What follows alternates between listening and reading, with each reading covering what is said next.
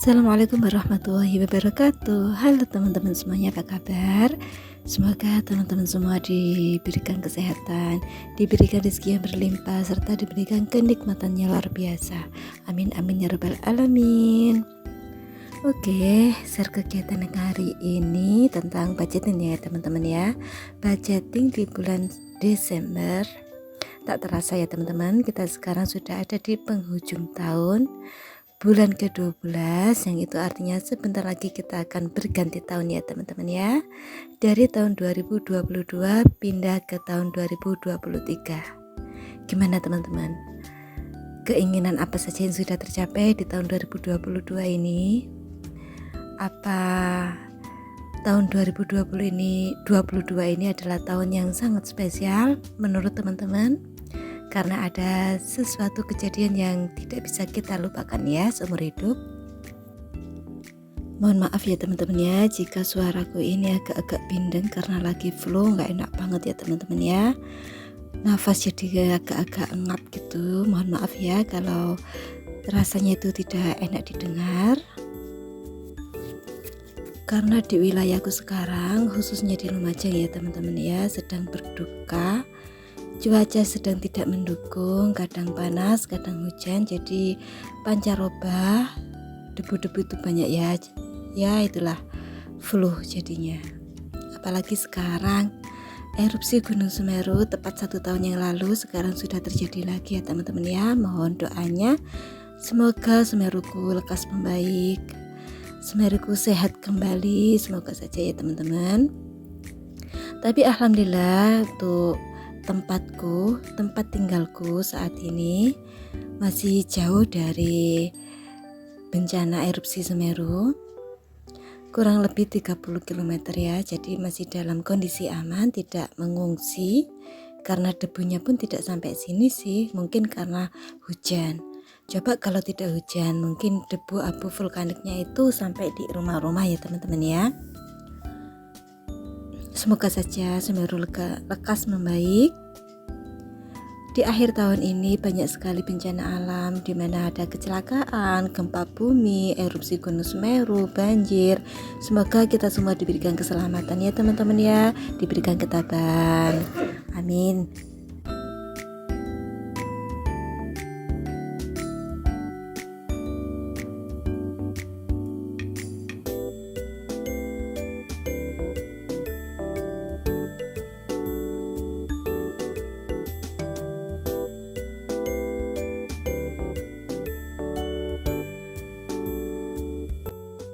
Saya kalau membuat budgeting itu selalu saya buat sketsa dulu dari pensil ya teman-teman ya.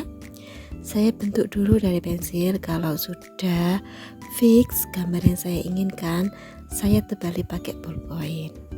Karena saya tidak ahli dalam menggambar, tidak bisa langsung capcus selesai dengan pensil atau ballpoint, itu tidak bisa ya teman-teman ya. Jadi saya buat sketsa dulu. Kalau sudah sketsanya sudah jadi, lalu saya tebali pakai ballpoint. Sebenarnya budgeting itu tidak harus pakai gambar kayak gini ya teman-teman ya. Banyak kok konten kreator yang lainnya tuh cuma pakai tulisan-tulisan saja, tabel-tabel kayak gitu, sudah bisa budgeting ya teman-teman. Budgeting itu nggak perlu ya teman-teman ya, tapi kalau bagiku ini sangat penting banget. Saya perlu sekali membuat budgeting setiap bulannya, karena saya tidak bisa mengukur kemampuanku mengatur keuangan tanpa diatur dengan budgeting seperti ini teman-teman. Ya memang sih setiap manusia itu berbeda, tingkat kemampuannya itu tidak sama. Jangan kita samakan ya. Cara berpikir kita dengan orang lain tidak bisa kita samakan. Karena setiap kepala seseorang itu tidak bisa kita satukan ya teman-teman ya. Jangankan kita dengan orang lain yang di luar rumah. Saya sendiri dengan Pak suami itu banyak selisih pahamnya ya teman-teman. Selisih paham tentang ya banyaklah sekali selisihnya, karena ya itu tadi, dua kepala dijadikan satu tidak mungkin sejalan. Pasti kita memiliki atau mempunyai pendapat yang berbeda-beda. Bagaimana cara kita mengatur uang, terus bagaimana cara kita ngajak si kecil ngobrol, ngajak si kecil bermain. Saya dan Mbak suami itu sangat berbeda ya teman-teman ya. Tapi perbedaan itu yang bisa melengkapi dalam setiap rumah tangga ya teman-teman. Dari perbedaan itu kita bisa saling toleransi, saling melengkapi satu sama lain. Terkadang ada yang Pak suaminya keras, cara berpikirnya itu keras, cara mendidik anaknya itu keras. Terus kadang itu ada ibu yang melembutkan hati Pak suami agar tidak terlalu keras cara mendidiknya si bocil. Kalau terlalu keras pun tidak baik ya teman-teman ya, karena si bocil kadang itu bisa tertekan. Terus bawaannya itu cuma takut saja. Tapi kita tidak boleh terlalu lemah. Kalau kita terlalu lemah dalam mendidik si kecil pun tidak bisa teman-teman ya, tidak ada yang ditakutin gitu loh teman-teman. Jadi kadang itu kalau tidak ada yang ditakutin, si kecil malah mangkang atau bangkang meloncat gitu loh. Cara berpikirnya itu melonjak, tidak ada hormatnya sama orang tua. Jadi nerocos kemana-mana ya teman-teman ya. Mohon maaf apabila tadi penjelasanku tentang cara mendidik si kecil itu tidak sejalan dengan teman-teman, karena saya pun masih belajar ya teman-teman ya. Saya masih memiliki satu isi bocil, saya masih memiliki satu anak, dan saya masih perlu banyak belajar sabar, stok sabar yang banyak sekali untuk mendidik si kecil. Semoga kita semua bisa memberikan yang terbaik buat si kecil ya teman-teman ya, amin.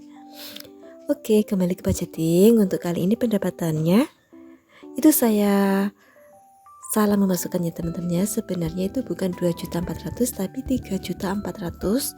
Saya salah memasukkan karena saya lagi flu, gak enak badan, mohon maaf ya, jadi tidak fokus. Karena saya bikin videonya juga ini sudah larut malam, nunggu si bocil tidur dulu teman-teman. Biasalah ya kalau punya anak kecil terus ngonten, pasti kita mencari waktu yang tepat untuk membuat video yang akan kita share ke teman-teman lainnya. Oke, untuk belanja bulanan 500.000 seperti biasa, belanja mingguan 500.000. Kalau nominalnya sih saya rasa teman-teman sudah hafal ya, yang sudah mengikuti kegiatanku dari dulu. Seperti biasa tidak ada perubahan, cuma di sini perubahannya itu di tabungan teman-teman. Saya tidak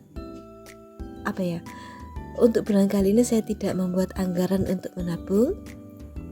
Biasanya kan saya membuat anggaran menabung itu 300.000 per bulan ya teman-teman ya.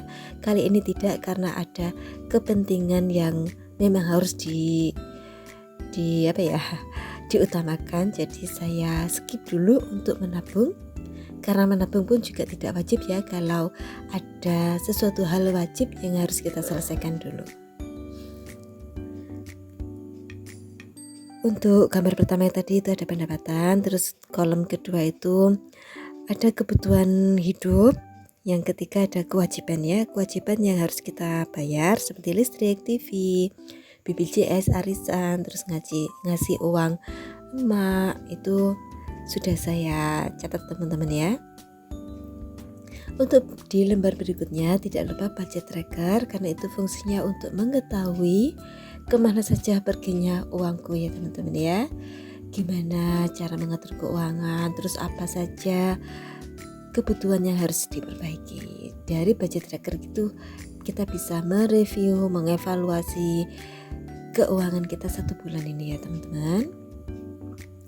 Dan saya tidak lupa untuk menulis kata-kata motivasi atau kata-kata bijak untuk kali ini. Saya menulis seperti ini ya teman-teman ya. Saya kutip dari sebuah sumber di internet, yaitu bunyinya gini teman-teman. Hidup ini ibarat bayangan. Kalau kau berusaha menangkapnya, ia akan lari. Tapi kalau kau membelakanginya, ia tak punya pilihan selain mengikutimu. Bisa dimengerti nggak teman-teman? Jadi misalnya kita sedang mencari rezeki itu ibaratnya itu bayangan kita ya teman-teman ya. Kalau kita kejar, ia akan lari. Tapi kalau kita ada di depannya atau bayangan itu ada di belakang kita, mau tidak mau rezeki itu akan mengikuti kita secara otomatis. Bisa dimengerti ya teman-teman ya. Menurutku sih kayak gitu pengertiannya. Ini saya ambil dari Ibnu Qayyim al-Jauziyah. Momen yang paling aku sukai adalah memasukkan uang ke posnya masing-masing. Kita masukkan ke dompet pintar ya teman-teman ya. Untuk kali ini belanja bulanannya sudah saya skip karena saya sudah belanja dulu sebelum membuat budgeting. Terus untuk kali ini saya mau membagi uang 4 minggu. Karena saya anggarkan belanja mingguan 500.000, jadi per minggunya itu ada anggaran dana 125.000 untuk kebutuhan lauk pauk ya teman-teman ya. Lauk pauk ini beda dengan gas, karena gas atau LPG itu sudah saya anggarkan sendiri.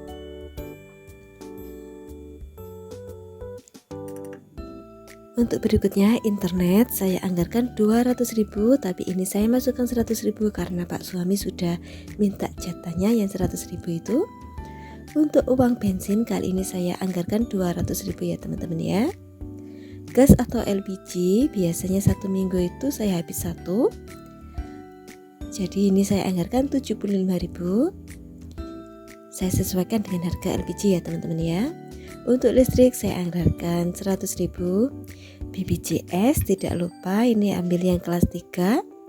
Saya anggarkan 75.000. Uang jajan anak ini saya sudah tukarkan uang 2.000-an ya, biar enak si kecil tidak kerepotan lagi dengan uang pecahan besar. Ngasih ortu 200.000, saya sebenarnya itu malu ya ngasih ortu segitu tuh, tapi mau gimana lagi ya teman-teman ya, saya bisanya segitu. Terus tadi untuk pos adik sudah saya keluarkan. Untuk pos berikutnya arisan sebanyak 650.000. Tabungan untuk bulan kali ini saya kosongkan ya teman-teman ya. Terus ini masih ada sisa 150.000 untuk dana pendidikan si kecil. Biarpun menabung sudah saya skip, tapi untuk dana pendidikan saya usahakan untuk setiap bulannya itu menyisihkan, biarpun nominalnya kecil ya teman-teman ya. Karena dana pendidikan makin kesini atau makin maju tahunnya, dananya itu makin bertambah ya teman-teman ya. Saya pingin kualitas pendidikan si kecil atau fasilitas pendidikannya itu terjamin ya teman-teman ya, tidak seperti apa yang terjadi sama orang tuanya. Karena saya dan Pak suami itu berasal dari keluarga yang sangat sederhana, jadi saya punya prinsip dan Pak suami kali ini tuh sejalan, bagaimana kita harus bisa memberikan fasilitas yang terbaik buat si kecil. Kalau bisa pendidikan si kecil itu lebih maju dari pendidikan orang tuanya. Semoga saja bisa ya teman-teman ya. Amin amin ya rabbal alamin. Tadi ada uang sisaan 85.000 ya teman-teman, saya masukkan ke sinking fund untuk pajak sepeda. Untuk bulan kali ini sinking fund tidak saya isi, cuma khusus di pajak sepeda saja. Karena untuk bulan kali ini Pak suami itu waktunya ganti plat, perpanjang pajak, perpanjang STN itu ya. Kalau ganti plat ya lumayan ya, juga bayarnya itu lumayan banyak. kurang lebih saya anggarkan 800.000, tapi ini uangnya terkumpul berapa itu ya, 6 dikalikan 11 bulan itu 660.000 ditambah 85.000 jadinya 745. Ini masih ada sisa 65.000. Uangnya masih terkumpul 745. Semoga saja dengan uang segitu cukup ya teman-teman ya. Alhamdulillah pajak Pak suami bisa saya anggarkan untuk kali ini, jadi tidak terlalu membebani atau tidak mengganggu kebutuhan lainnya. Sekian dulu ya teman-teman ya, video kali ini sudah selesai. Mohon maaf apabila ada kesalahan dan saya tidak bermaksud pamer dari apa yang saya lakukan ini ya teman-teman. Saya hanya sharing bagaimana saya mengatur keuangan rumah tangga saya. Saya bukan ahli dalam budgeting, bukan ahli dalam keuangan, tapi saya hanya ibu rumah tangga biasa saja ya teman-teman ya, yang sedang belajar mengatur keuangan rumah tangga agar bisa sesuai dengan rencananya. Saya akhiri video kali ini. Wassalamualaikum warahmatullahi wabarakatuh. Sampai jumpa di video selanjutnya ya teman-teman. Jangan lupa dukungannya untuk subscribe dan komentarnya, karena komentar teman-teman sangat membangun dan sangat menginspirasi saya untuk membuat video selanjutnya bagaimana. Terima kasih ya teman-teman. Sampai jumpa di video selanjutnya.